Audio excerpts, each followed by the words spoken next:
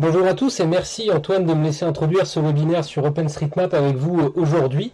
Je m'appelle François Lacombe, je suis l'un des porte-parole de l'association OpenStreetMap France qui s'occupe de la promotion ici en France du projet libre et mondial de cartographie que vous connaissez certainement. Et je vous propose une présentation en deux parties, une introduction sur ce qu'est OpenStreetMap, sa genèse, ce qui fait sa force aujourd'hui, et une deuxième partie plus technique pour vous montrer, vous expliquer comment sont construits les services dont il va être question ce matin pour utiliser les données d'OpenStreetMap. Alors OpenStreetMap, qu'est-ce que c'est? C'est d'abord une base de données topologique et collaborative créée par Steve Coast en 2004 en Grande-Bretagne, sur la base d'un constat assez simple que l'information géographique allait devenir quelque chose d'absolument stratégique et qu'il n'était pas question de laisser une poignée d'entreprises en réguler l'accès.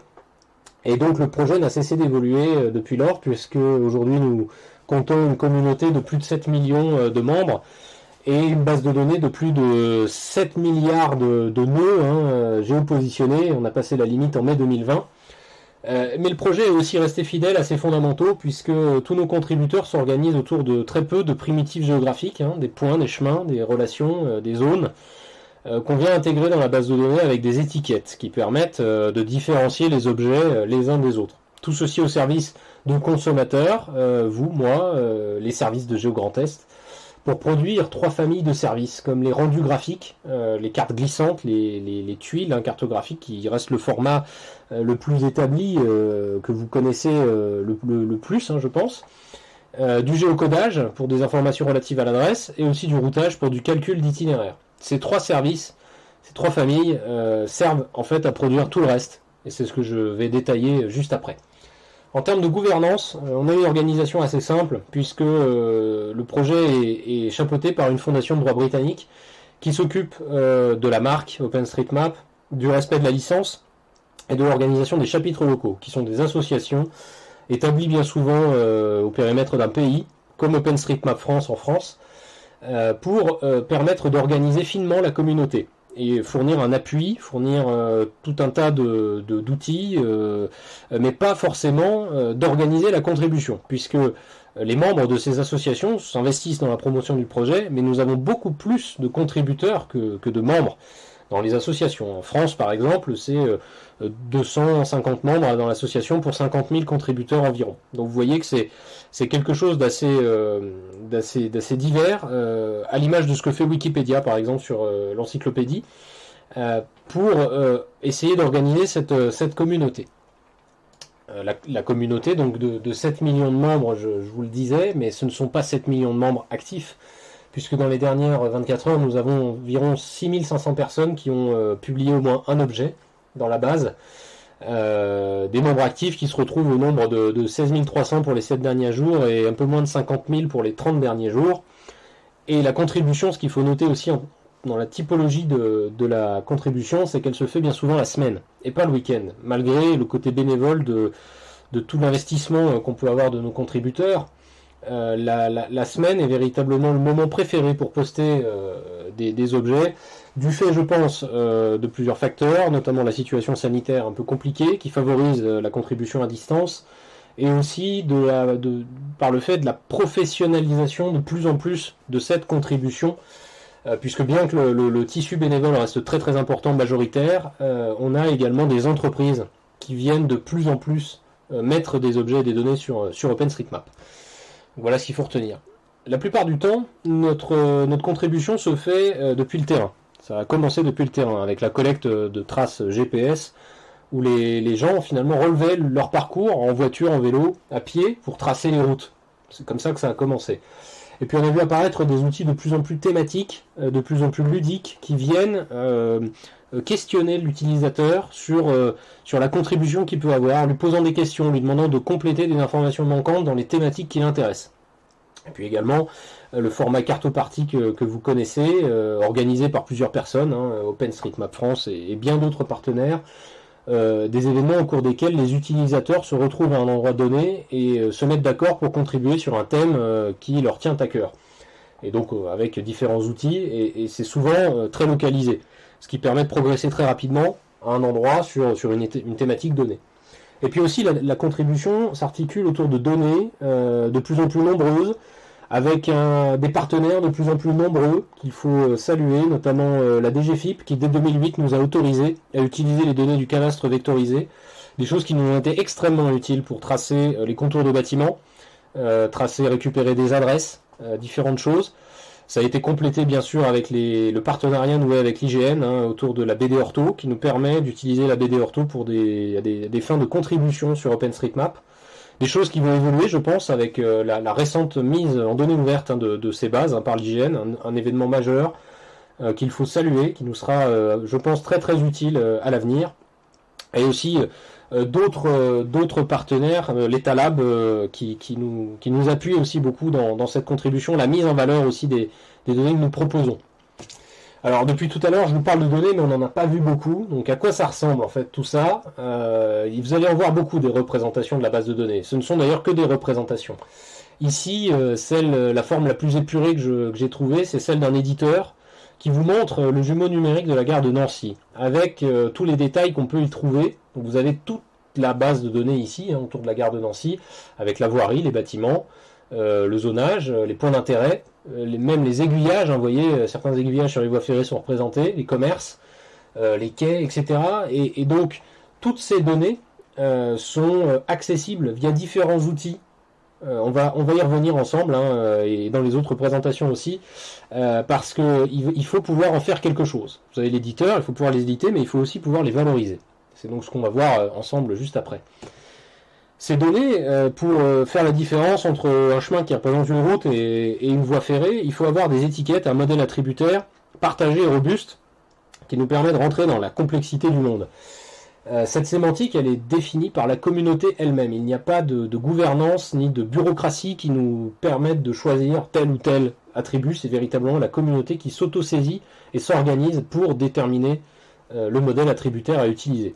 Le principe de base restant anytime you like, l'étiquette que vous voulez, mais elle suivra ensuite un processus plus ou moins long de concertation pour déterminer si cette étiquette est bien la bonne ou pas pour être propagée au niveau mondial. C'est quelque chose auquel il m'arrive de prendre part, notamment sur les infrastructures, la cartographie des réseaux électriques. Ça prend beaucoup de temps parce qu'il faut réunir un grand nombre d'acteurs, un grand nombre de sensibilités, très important ça dans la construction de ce modèle attributaire, puisqu'on passe d'abord par l'expérimentation, la proposition et la discussion pour ensuite voter et harmoniser les données que nous avons tout autour du monde. Et ce modèle attributaire, c'est également un produit à part entière que OpenStreetMap propose, puisque vous n'êtes pas obligé de vous en servir avec les données d'OpenStreetMap. C'est également une source d'inspiration que vous pouvez utiliser pour établir vos propres modèles attributaires et mettre en place vos propres bases de données sans avoir recours forcément aux données d'OpenStreetMap. C'est une expérience finalement qui est livrée par la communauté sur la base de sa cartographie et le grand nombre de situations qu'elle a rencontrées de ce point de vue sémantique. Et tout ça, à quoi ça sert ? Ça sert à plusieurs choses. Alors les trois services dont je vous parlais tout à l'heure se retrouvent d'abord dans la cartographie routière, puisque c'était la promesse de base d'OpenStreetMap, cartographier les rues, et donc on a un rôle prépondérant à jouer dans la mobilité, dans les déplacements, mais aussi dans la gestion de crise. Et ça c'est quelque chose qui était un peu inattendu au moment de la création du projet, puisque lors de situations humanitaires plus ou moins récentes, OpenStreetMap s'est révélé être déterminant dans l'accès des secours à des zones réputées inaccessibles, voire inconnues. Puisque lors par exemple du séisme à Haïti, des contributeurs du monde entier se sont saisis de la problématique et ont pu livrer très rapidement au secours une cartographie qui jusqu'alors n'existait pas. Et donc pour toutes les catastrophes suivantes qui sont arrivées, OpenStreetMap a fondé une sous-partie de la communauté, ce qu'on appelle Humanitarian OpenStreetMap Team, qui vient activer la communauté pour pouvoir cartographier des théâtres de catastrophes naturelles ou technologiques. Et c'est quelque chose de très important, puisque la pertinence des données cartographiques, elle se présente non seulement en période calme, mais aussi en temps de crise. Sur des thèmes beaucoup plus légers, on se sert également d'OpenStreetMap pour du tourisme, pour de la randonnée, pour de la mise en valeur de commerce, de la signalétique, de la communication. Nous avons des services qui sont capables, par exemple, de générer des plans de ville avec l'index des rues, quand l'adressage est correctement saisi. Et puis, des choses plus techniques, l'industrie, la logistique, la ville intelligente. Le déploiement de ces fameuses villes intelligentes ne pourra pas se faire sans données partagées. Il est véritablement question de réviser une bonne partie de nos organisations pour les rendre véritablement intelligentes. Et c'est très important, sans partage de données, rien ne se produira. Donc c'est pour ça qu'OpenStreetMap a un grand rôle à jouer pour le partage de ces informations d'infrastructure.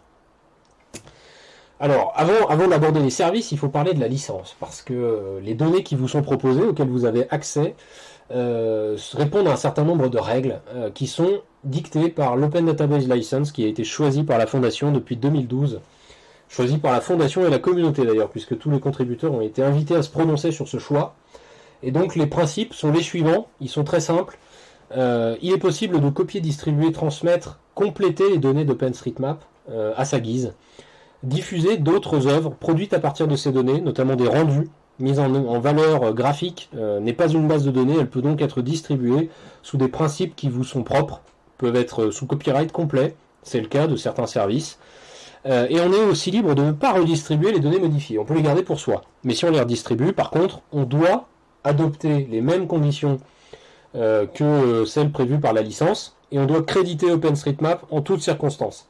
Ce sont des principes sur lesquels on est vraiment attaché parce que c'est la seule rétribution finalement qui est faite au travail de la communauté. Et nous ne pouvons pas, ça c'est en direction des contributeurs, nous ne pouvons pas contribuer à l'aide de données non libres sans l'accord de leurs propriétaires. Le respect de ces quelques règles est très très important pour la crédibilité du projet. Si on venait à utiliser des données sous copyright et à enfreindre les règles d'autres services, on n'aurait tout simplement aucune crédibilité auprès des utilisateurs et de tous les consommateurs qui peuvent utiliser les données. Et donc il est très très important de respecter ces quelques principes. C'est très très important. Si on rentre maintenant dans la technique et qu'on regarde comment les services que vous utilisez tous les jours sont construits, on va partir d'abord de la base de données principale, puisqu'il y a beau y avoir un grand nombre de copies de ces bases de données, là, il y a une base principale qui est extraite hebdomadairement, et cette extraction représente un volume de données de plus d'1 Tera. Octet, donc dans un fichier XML. De ce fichier XML est dérivé un certain nombre de choses, des différentiels, minutes, heures, jours, qui permettent de mettre à jour d'autres services sans avoir à tout retélécharger à chaque fois. Puisque la base de données est mise à jour en continu, il faut avoir un système extrêmement robuste de mise à jour sans avoir à télécharger 1 Tera de données, ce qui serait absolument inabordable. Donc ces données sont évidemment compressées, deux formats à retenir, le bzip2 et le protobuffer, qui sont respectivement, qui portent les données du volume du Tera à une centaine de gigas ou 50 gigas quand c'est bien compressé, ce qui est beaucoup plus abordable dans la création d'un service.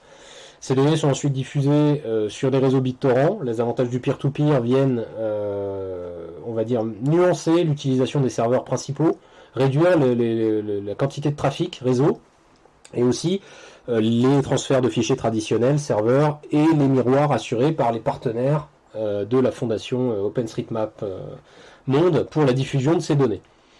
Une fois qu'on a ce système de diffusion et de mise à jour de la donnée, on va pouvoir commencer à construire des bases de données locales. Et ça, c'est vous qui allez pouvoir le faire avec des logiciels au nom aussi évocateur que OSM to PGSQL, OpenStreetMap to PostgreSQL, un système de base de données relationnelle qui va permettre de contenir des données locales thématiques qu'on peut obtenir donc depuis les fameux fichiers d'une centaine de gigas dont je vous parlais juste avant, et on va pouvoir les filtrer pour obtenir uniquement les données qui nous intéressent dans la base de données qu'on va administrer. Cette base de données, on va ensuite la tenir à jour, que ce soit à la minute ou au jour près, via les fameux différentiels de quelques mégaoctets qui vont être très très légers et très faciles à manipuler pour pouvoir produire ces fameux services. De la base de données locale part, là je dirais tout le reste, puisque on la maîtrise complètement, on a les données qui nous intéressent, donc ça veut dire qu'on peut produire par exemple des rendus graphiques à l'aide de quelques logiciels, des noms aussi qui doivent vous parler, Mapnik, Tegola, PGTileServe, qui sont tous des solutions de production de tuiles. Des tuiles qui sont des carrés qui couvrent une certaine portion de la Terre, qui sont organisés en pyramide, de sorte à ce qu'au zoom 0 on ait une tuile et au zoom 18 on ait plusieurs millions de tuiles pour couvrir la surface de la Terre. Mises tout ensemble, ça forme une carte. Et ces tuiles, elles peuvent être à la fois des images sur lesquelles il n'est possible de zoomer que de manière ponctuelle, avec quelques niveaux de zoom, ou vectoriels, rendus dans le navigateur du client, avec des styles interchangeables, avec des niveaux de zoom beaucoup plus continus, sur lequel on perçoit beaucoup moins la résolution finalement d'une image, puisque ce sont des vecteurs. Donc ça, c'est des services très pratiques, tellement pratiques que les serveurs mondiaux d'OpenStreetMap, qui servent normalement de démonstration, sont utilisés aujourd'hui par un grand nombre d'acteurs tiers, et il faut y faire attention, parce que les ressources serveurs sont rares. Elles sont maintenues par la communauté de manière bénévole, et donc le fait de déployer votre propre service de tuile pour l'usage qui vous est propre est très important, et va rendre un grand service à la communauté, puisque vous allez pouvoir, pour une solution on va dire de cartographie efficace, administrer votre propre solution et décharger les serveurs du niveau mondial. Et ça, c'est un des premiers avantages pour déployer son propre service. D'abord, on décharge les serveurs de la communauté. Puis après, vous allez pouvoir maîtriser beaucoup plus finement ce que vous affichez sur la carte, puisque le contenu des tuiles, là, va vous être particulier. C'est là aussi où c'est très très important de pouvoir déployer son propre service. Deuxième service, où là, puisqu'on parle d'accéder aux données, on va parler API. Et le plus célèbre des API qui permettent d'accéder aux données d'OpenStreetMap, c'est l'Overpass API, qui lui aussi part d'une base locale qui est tenue à jour régulièrement, à la minute, sur lequel on vient adresser des requêtes sous un langage en fait particulier, que vous pourrez maîtriser en étudiant quelques tutoriaux, en étudiant la documentation, et qui permet d'accéder vraiment à la donnée OSM dans toute sa finesse. Je vous ai mis un exemple ici où on a une requête assez compliquée qui vient nous extraire le réseau électrique, qui est documenté dans OpenStreetMap, et donc on peut, avec un ensemble de mots-clés, arriver à construire ces requêtes et en obtenir un fichier de données au format, soit c'est de l'XML pour l'utiliser dans un autre éditeur d'OpenStreetMap, ou en GeoJSON pour l'utiliser dans un SIG. Là encore, le service mondial, il est très sollicité. Plein de tiers viennent faire des requêtes dessus, et pour tenir des services en production. Et ce qui est très intéressant, c'est de déployer son propre service, puisque d'une part, le service mondial, il est alourdi par toutes les données que vous n'allez pas requêter. Quand vous voulez requêter une ville, par exemple, vous piochez dans une base de données mondiale, alors que vous pourriez tout à fait déployer votre propre instance sur la ville qui vous intéresse. Ça donnerait des réponses d'ailleurs beaucoup plus rapides, puisque vous n'auriez pas la charge du reste du monde. Et puis, là encore, les ressources serveurs étant rares, les ressources de l'API Overpass sont également maintenues par la communauté, et donc on apprécie énormément quand des tiers mettent en place leur propre instance pour pouvoir maintenir le service à un bon niveau de temps de réponse. Les deux autres services que je voulais vous montrer également aujourd'hui, c'est des services destinés, alors là c'est pas des API, enfin ça peut être des API puisqu'ils diffusent des fichiers plats, mais c'est aussi des portails de mise en valeur de la donnée, puisqu'on s'est aperçu que malgré les rendus cartographiques, malgré les API, les gens avaient du mal à prendre la mesure de ce qu'il y avait dans OpenStreetMap. Donc on a par exemple ici un portail qui s'appelle OSM Data qui prend de plus en plus de puissance en France, qui vient donner en fait un ensemble de thématiques qui est complètement paramétrable, et qui permet à l'utilisateur de prendre la mesure de ce qu'on peut avoir en termes de diversité dans OSM et en termes de richesse géographique.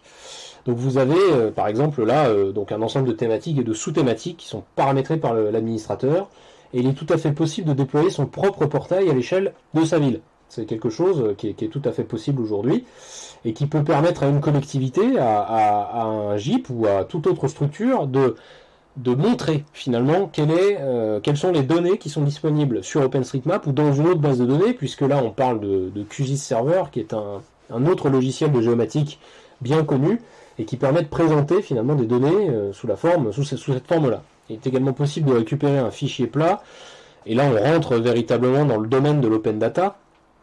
Le dernier outil, c'est GeoDataMine, et qui lui va permettre en fait à l'échelle d'un EPCI, d'un canton, d'une commune, d'un quelconque niveau administratif, de récupérer un export thématique, lui aussi paramétrable, pour permettre de prendre la mesure de ce qu'on a sur OpenStreetMap. Donc là, on a deux services qui véritablement témoignent de l'impact de la communauté, et permettraient aussi à des structures qui ont peu de moyens de pouvoir diffuser aussi des données ouvertes par le biais d'OpenStreetMap, puisqu'OpenStreetMap cartographie déjà un certain nombre d'objets dans plein de communes en France, évidemment, et ça c'est quelque chose.